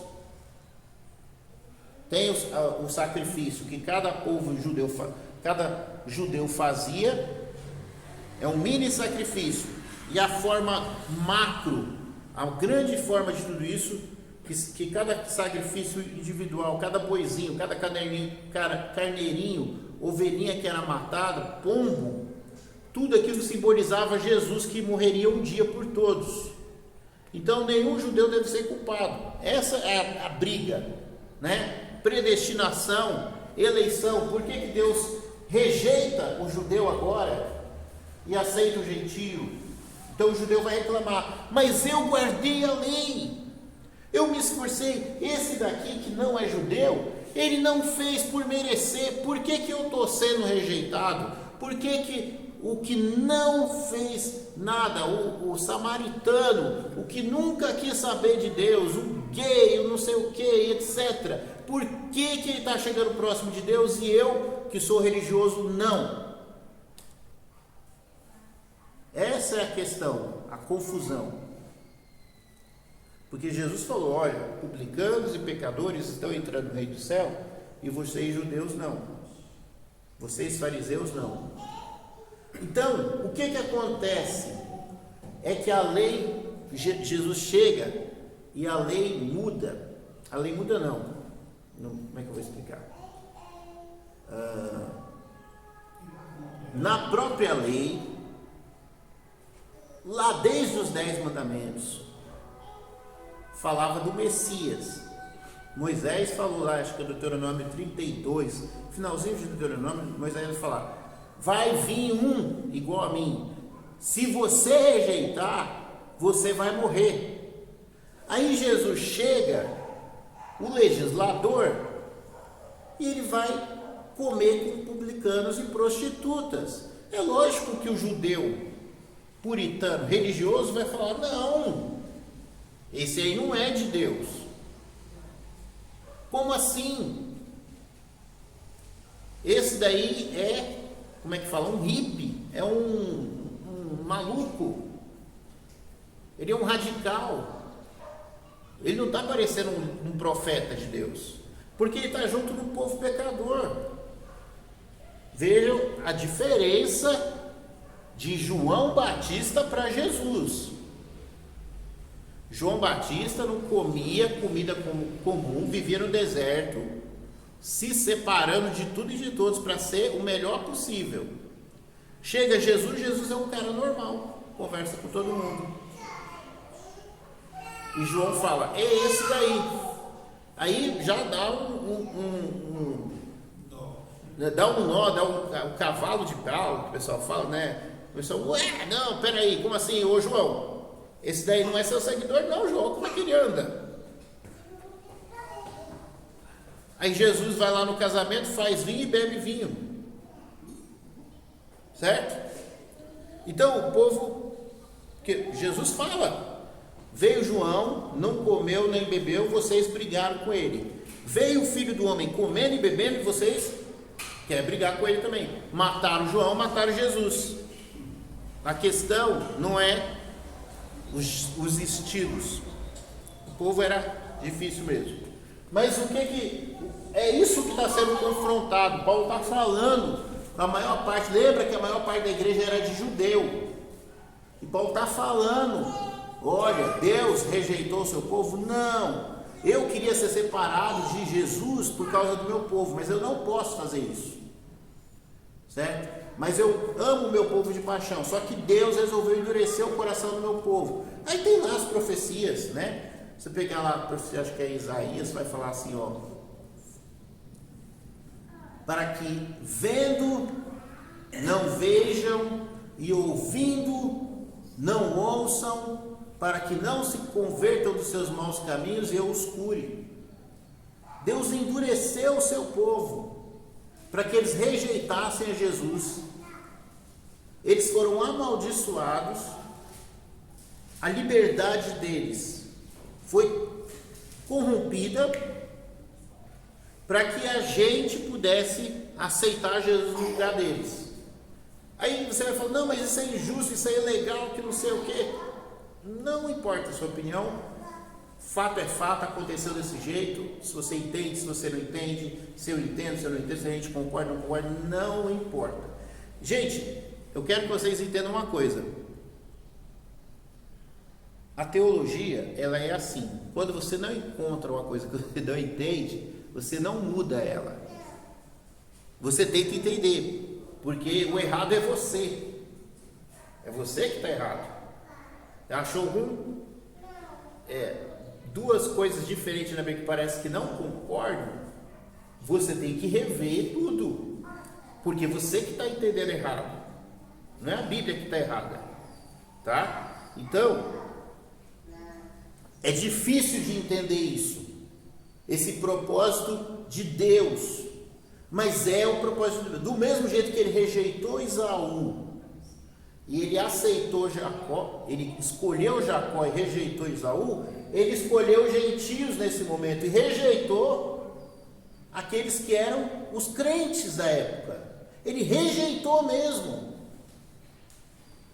Mas aí Paulo, parece que ele está dando tipo uma explicação, lógico, não vai, nesse texto aqui você não vai conseguir entender, você tem que estudar mais. Mas Paulo vai dar uma explicação que é o seguinte: Jesus, ele chegou trazendo a essência da lei. E o que ninguém entendia, e Davi entendeu, eu chamo Davi de apóstolo da graça. Ele é um apóstolo lá da época de Jesus, que está vivendo lá no passado. O Davi entendia das coisas que Jesus ia falar 1000 anos depois, mas ele era sozinho.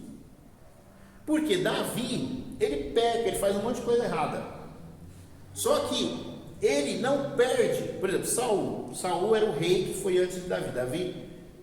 Teve Saul, que foi o primeiro rei, Davi foi o segundo grande rei, e Salomão foi o terceiro, último e grande rei do país de Israel, quando ele não era dividido em reino do norte e reino do sul. O reino do norte ficou com 10 tribos e meia, e reino do sul, que é o reino de Judá, ficou 2 tribos e meia.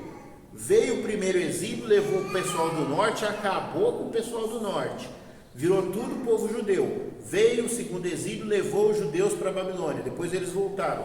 Só sobrou 2 tribos e meia que dominou o povo. O território ficou se chamando Judéia, território judeu. Resumidamente, muito resumidamente. E Saul pecou contra Deus, saiu o Espírito Santo de Saul e entrou o espírito de demônio. E Davi pecou feio e o espírito não saiu de Davi. Igual ele faz com qualquer pessoa do Antigo Testamento, exceto Davi. Davi vai escrever o Salmo 51. Não retires de mim o teu espírito. Davi pisou na bola e de alguma forma ele não quebrou a aliança com Deus. Ele continuou com Deus e Deus continuou com ele. Mesmo Davi sendo um cara terrível que pegou a mulher do amigo, né, do soldado, engravidou ela, pegou o soldado e falou: vai para casa, fica com a sua mulher, para o cara pensar que o filho ia ser dele. O cara era muito correto, falou: não posso ir ficar com a minha mulher enquanto os meus soldados estão na guerra. Aí Davi pegou e deu uma carta falando para o general lá: pega esse soldado aí, bota lá na frente de batalha para ele morrer. E mandou esse soldado levar a própria sentença de morte. Se ele tivesse sido um cara mais esperto e abrido no meio do cara, ele tinha debandado, né? Mas ele não, ele era muito correto e acabou morrendo por causa disso. Não que seja errado ser correto, é que os corretos morrem. Mas todos morrem. Não. A questão, todo mundo morre. Não é a forma como você morre, mas a forma como você viveu, né? Então, o que eu analiso dessa aula é o seguinte: Deus conhece cada um de nós, conhece cada coração, e é Ele que julga cada um. Deus é todo misericórdia, bondade, amor, e Ele sempre quer salvar o ser humano, quer abençoar. A questão não é julgar. Não tem nada a ver se você fez certo ou se você fez errado. A vontade de Deus não é baseada nos seus méritos. Ela vai acontecer independente dos seus méritos. É por isso que o crente que é fiel vai ter uma morte horrível. Quem é o melhor crente de nós aqui? É o missionário que está lá, pronto para ser esquartejado, levar um tiro. Nem está aqui o melhor crente, ele está lá no país pregando para aqueles que não conhecem. Não, mas o que eu quero dizer para vocês, que eu quero que vocês entendam, é que Deus determina o que vai ser feito de você, e se Ele tiver que passar por cima da sua vontade, da sua liberdade, eu traço assim, eu digo dessa forma: existe livre-arbítrio? Existe, claro que existe. Existe a vontade soberana de Deus? Existe, claro que existe. Mas uma coisa não anula a outra? Não. Como é que as coisas acontecem? Como é que eu cheguei ao entendimento? Muitos chegaram ao entendimento. Você está indo aqui na sua vidinha, está seguindo tranquilamente. Deus não te requisitou para nada, você tem livre-arbítrio tranquilo. No momento que Deus passou aqui na frente com a vontade dele, você perdeu o seu livre-arbítrio. Então você tem liberdade até o momento que a sua vontade se encontra, bate de frente, vontade humana,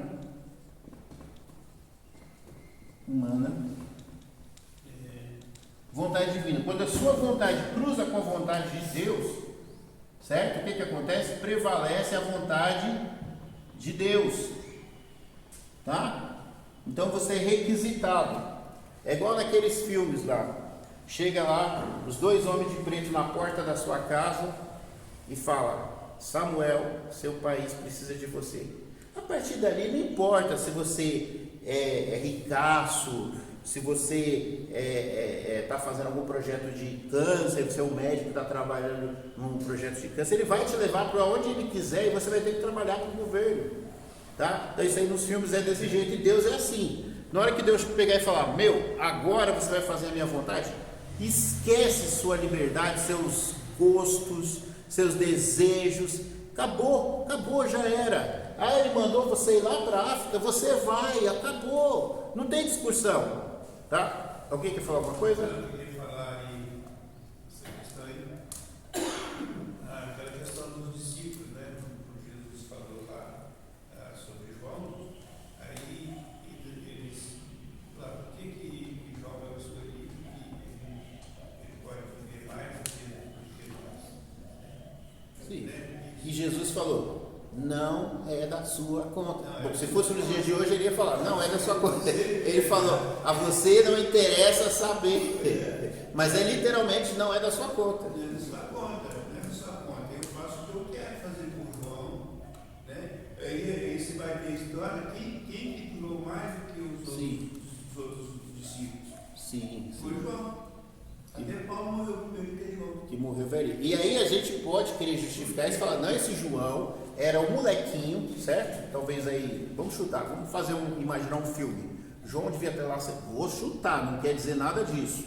Estou inventando. João tinha lá os seus 17 anos, era um jovenzinho entre todos os apóstolos. Ele era todo carinhoso com Jesus, ficava lá o garotinho lá deitando aqui no colo de Jesus, aqui no peito de Jesus, né? Todo próximo de Jesus, né? O jovenzinho, né? Todo amável com Jesus, não era aquele cheio daquelas barba na cara, todo machão, né? Cara, todo tranquilão lá, igual um filho, igual o irmão mais novo de Jesus. Então a Bíblia fala que Jesus amava João. João era o discípulo amado. Aí, é lógico que vai surgir um ciúme. Mas que história é essa, Jesus? Se eu quiser, Pedro, se eu quiser, foi Pedro que perguntou, né? Se eu quiser que ele fique até o dia que eu voltar, o que você tem a ver com isso? Não é da sua conta. E aí o fato é que João vai morrer lá com seus 90 anos, preso na ilha, morrer de velhice. Ele não morreu torturado, etc. Ele morreu lá na ilha de Patmos, lá de velhice. Foi não? diferenciado. Foi. Eu quero que entenda isso. Foi o tratamento diferenciado para Sim. João. Sim. Porque ele quis. Jesus foi arrastado, foi enforcado. Tá certo que ele era o discípulo amado e tal, tinha uma relação mais íntima assim. Então, o negócio é Mas que isso é só teoria da conspiração. Não está escrito na Bíblia que foi por causa disso. Isso é só a gente que pode pensar. É um achismo, é uma opinião. Tá? Não é bíblico. Você não pode tomar isso como verdade e ensinar. Não é. Você não pode fazer uma doutrina disso, certo? Jonas.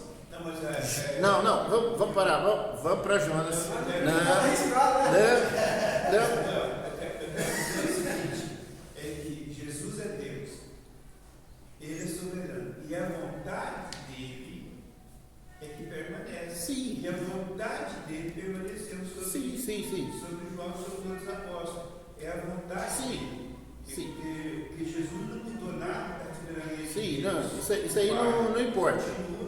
Já vamos seguir. Jonas, profeta de Deus, certo? Povo de Jonas perseguido por uma nação, tipo os nazistas. Deus fala para Jonas, vai lá pregar para os nazistas. Jonas, não, de jeito nenhum. Você está doido? Não vou. Jonas vai para a região do porto, pega um barquinho, sentido contrário, eu vou fugir. Deus está doido pregar para aquele povo? Eu quero que aquele povo morra. Eu não vou pregar para eles. Aí Jonas foge. Jonas não quer saber da vontade de Deus, porque a vontade de Deus não agrada a ele. Deus manda a tempestade, o pessoal joga Jonas no mar, a baleia lá, o pessoal faz um filme de baleia, não importa, foi um dinossauro, alguma coisa, comeu Jonas. Jonas ficou vivo dentro do estômago desse bicho durante 3 dias. O bicho atravessou lá por algum canal secreto lá, porque pelo que às vezes a gente parece, Jonas está em sentido contrário e o Nínive é para o outro lado. E aí ele sai lá do outro lado, chega lá no lago, lá do outro lado. Sei lá, não sei como é que é a história direito. Literalmente não sei. Aí vomita Jonas na praia. Tem coisa que as pessoas não falam. Provavelmente Jonas devia estar fedendo a peixe. Então esse já é um sinal para o povo. Se tivesse alguém que viu Jonas saindo do peixe na praia, ia falar, primeiro que aquele povo adorava o deus peixe, né? Então, Jonas sai lá, fedendo a peixe, da boca do grande peixe, e aí já é talvez corroído pelo ácido estomacal, parecendo um morto-vivo, fedendo, né? E vai andar. Isso não está escrito na Bíblia. É imaginação. Nós estamos tentando entender, porque Jonas não faz milagre nenhum. Jonas só está andando pela cidade falando, com toda a má vontade do mundo, vocês têm 40 dias. Para que, Jonas? Para que você? Vocês têm 40 dias. 40 dias. Vocês vão se arrepender, Deus vai destruir vocês. Com toda a má vontade do mundo. 39, 38. E o povo se arrependeu. E Jonas queria que eles morressem. E Jonas queria morrer de raiva. Jonas queria suicídio. Ele deitou lá no lugar tomando sol e falou: eu quero morrer. Aí Deus faz uma planta nascer, fazer sombra para ele não morrer. Ele não tinha nem direito de morrer. E ele fica com ódio. Aí Deus manda depois um bicho comer a planta que nasceu magicamente num dia. Ele cobriu ele com a sombra.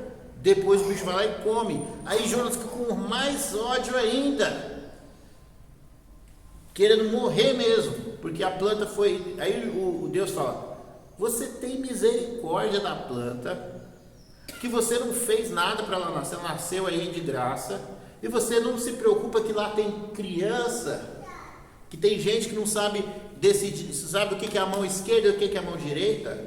Você acha que eu vou sair matando todo mundo assim? É isso que você quer? Certo? Então, quando Deus manda, se você é profeta, se você está próximo de Deus, Deus mandou, acabou. Não interessa a sua opinião. Não interessa. É isso que a gente está lendo. Concluindo aqui, os últimos versículos do capítulo 9, do 30 em diante. Que diremos, pois, então? Os gentios que não buscavam a justiça obtiveram uma justiça que vem da fé, mas Israel, que buscava uma lei que trouxesse justiça, não alcançou. Por que não? Porque não a buscava pela fé. A regra que eu falei que estava escrito lá no Antigo Testamento é: não digas no teu coração que a lei é muito difícil de ser cumprida, ou que está muito profunda, mas a palavra está perto de ti na tua boca. Não, mas eu estou citando o Antigo Testamento. Então isso estava escrito na lei dos 10 mandamentos. Então o povo sabia que a lei era impossível de ser cumprida, mas eles deveriam ter fé e tentar cumprir pela fé. Sempre foi pela fé. Eles eram salvos no Antigo Testamento, apesar de ter a lei, pela esperança na misericórdia de Deus, na vinda do Messias. Então eles eram salvos pela fé, não pela lei. E Davi sabia disso. É por isso que Davi peca, Davi quebra a lei. Mas Davi acredita na misericórdia, acredita na graça de Deus, e ele pede para ser perdoado, ele é perdoado, e o Espírito Santo não sai dele, porque não é se você é bom ou se você é mau, não importa isso, o que importa é Deus e a vontade dele. Então, se você, apesar de ser um lixo, você se aproxima de Deus, e você tem fé na misericórdia de Deus, Deus vai te ajudar a viver corretamente. Se você se arrepende, sabe que você é um lixo, mas você quer se aproximar de Deus, você vai receber de Deus a misericórdia. Davi sabia disso. Davi errou feio, mas Davi se arrependeu. Davi não desistiu de Deus. Davi se arrependeu. Davi confiou que Deus ia perdoar. Davi teve fé que Deus ia ser misericordioso, apesar dele ter cometido os maiores crimes possíveis. Apesar dele ser um mulherengo, tinha um monte de esposa. Apesar dele ser um guerreiro, tinha matado um montão de gente. Quando Davi quis construir o templo, Deus falou: você não vai construir porque você é um cara guerreiro, você já matou muita gente. Mas ainda assim, Davi tinha comunhão com Deus. Então, quando eu falo que Davi entendia as coisas que Jesus falaria 1000 anos depois, Davi entendia. Então Paulo está explicando exatamente isso aqui. Por que Israel não alcançou? Porque ele buscava pela força da carne, pelo cumprir de regras, e não confiante na misericórdia. Quando Jesus ficou pregando a misericórdia, o povo rejeitou. Jesus, que negócio é esse de misericórdia de Deus? A gente tem que fazer por merecer. Jesus, vocês precisam se arrepender. As suas justiças são trapo imundo. Vocês nunca vão alcançar os padrões de Deus. Vocês sempre vão estar abaixo, porque vocês são pecadores. Vocês precisam confiar na misericórdia. Comprai de mim, sem dinheiro, sem bebida. Como é que é? Sem preço. A vontade de Deus é que vocês conheçam a mim, o Filho, aceitem o perdão de Deus. Vinde a mim, todos os que estão cansados e sobrecarregados, e eu vos aliviarei. Tomai sobre vós o meu jugo, e aprendei de mim, que sou manso e humilde de coração. Jesus está falando: gente, deixa de tentar se justificar pelas suas boas características e sejam humildes e aceitem a salvação através do meu sacrifício. Eu vou salvar vocês.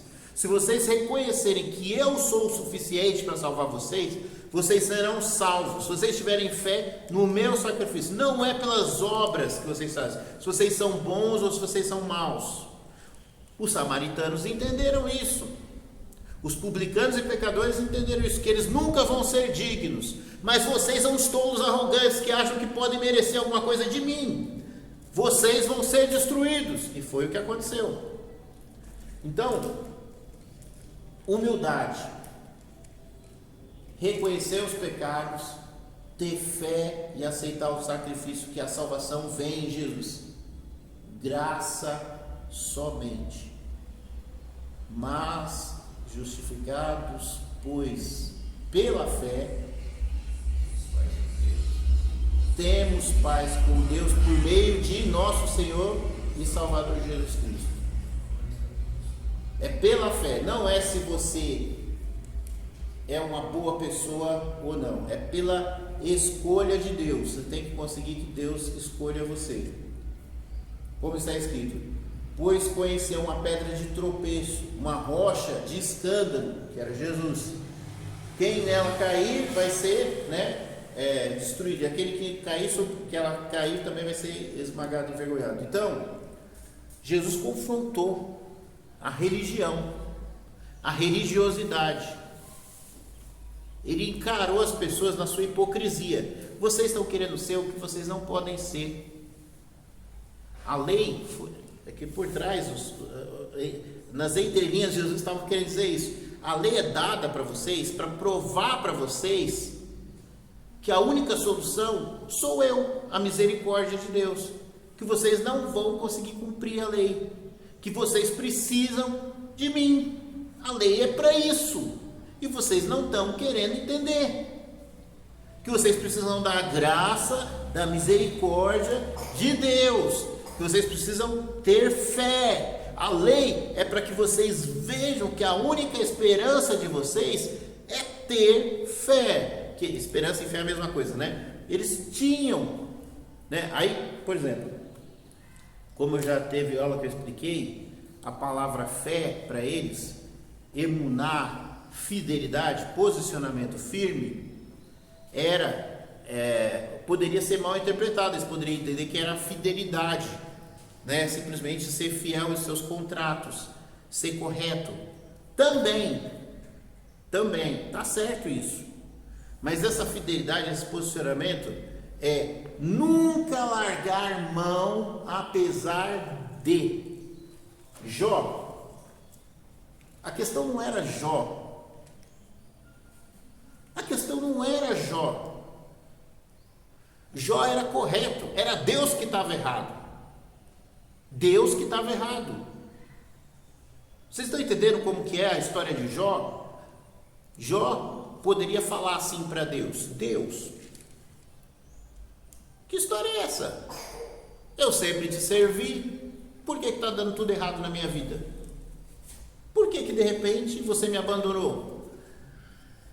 Mas Jó tinha fé. Ele acreditava, ele confiava em Deus, a ponto de Deus, teoricamente, abandonar ele. E Jó, ele ainda vai atrás de Deus e fala: não, peraí, vamos lá, vamos consertar essa história aí. Eu quero ficar junto com o Senhor. Por que está acontecendo essas coisas? Não, vamos lá, vamos resolver. Vamos. O que eu tenho que fazer a mais? O que eu deixei de fazer? Certo? Então foi isso que aconteceu. A questão não era Jó. Jó era um homem perfeito. Deus falou que ele era perfeito. Deus elogiou ele. Jó era perfeito. E apesar de tudo, Jó não pecou. Está escrito lá no livro. E depois de tudo isso, Jó não pecou. O problema não era Jó, o problema era Deus. Deus, de repente, começou a agir estranho. Não. Na história de Jó, eu estou explicando que quem agiu estranho foi Deus. Porque Deus quis. Porque Deus não tem obrigação de ser sempre abençoador. Eu sei, mas não importa. Não importa. Nossos jogos, mas o ponto de vista de Deus é totalmente oposto. Ele é soberano. No ponto de vista de Jó, ele falou: eu não pequei. Por que está acontecendo tudo isso? Eu não pequei. Jó podia falar isso. Se tinha alguém que podia falar isso, era Jó. Mas Jó simplesmente falou: agora eu vou seguir um outro Deus? Não! Jó permaneceu fiel. Fidelidade, emuná. Apesar de, fé é isso. Quando você está com Deus e está tudo bem, você está com Deus. Quando está tudo ruim, você está com Deus. Ainda, mesmo que tudo esteja ruim. Isso é fé. Isso é fé. E é essa fé que salva. Não é uma fé que só é fé quando está tudo bem. Porque é interesse, não é fé. Então foi isso que Jesus veio ensinar. Falou: pessoal, não vamos brigar com os romanos. Vocês precisam de se afastar dos seus pecados. Purifiquem-se dos seus pecados. Abandonem as coisas erradas. Se o romano te der numa face, dá outra.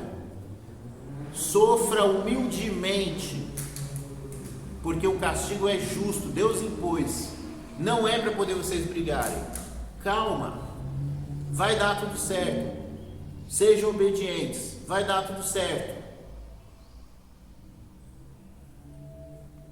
Jesus chegou com esse. Aí o povo quis matar Jesus. Não, Jesus, nós queremos a libertação dos romanos. Nós queremos um Messias político. E Jesus falou: isso daí não é comigo, não. Talvez com o Bolsonaro, é comigo não. Eu vim pregar que vocês têm que se reconciliar com Deus. Eu não vim fazer guerra. Vocês querem ser libertos? Vocês passem a agir corretamente e Deus vai livrar vocês dos inimigos. Vocês vão ser abençoados se vocês se voltarem para Deus. Aceitem o castigo de Deus. Não se rebelem. Orem, busquem a Deus. Ele vai abençoar. Foi isso que Jesus veio pregar, e o pessoal matou ele. porque não era o que eles queriam ouvir. Não, quer dizer, eu tenho que servir a Deus sofrendo, igual o povo ficou lá no exílio, aceitar. Não, a gente quer uma transformação. A gente quer um Messias que nos livre dos inimigos, massacre os inimigos. E Jesus não veio naquele momento para isso. Ele vai vir agora da segunda vez, aí vai ser para matar todo mundo, né?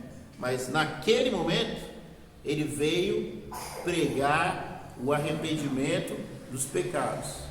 Que a salvação, ela é para aqueles que humildemente, apesar de toda a opressão, estão andando humildemente com Deus, que querem a Deus de verdade, mesmo que Deus aparentemente não esteja com eles, porque era isso que Jesus falou. Aí Jesus falou: gente, entre vocês repartam as coisas entre vocês, não tem solução, vocês têm que aguentar firme, se ajudem, não vamos fazer guerra não, se ajudem uns aos outros, vamos orar, vamos um ajudar o outro e vamos aguentar firme. Foi isso que Jesus fez, mensagem de paz. Se teu inimigo estiver com fome, soldado romano estiver com fome, dá comida para o soldado romano.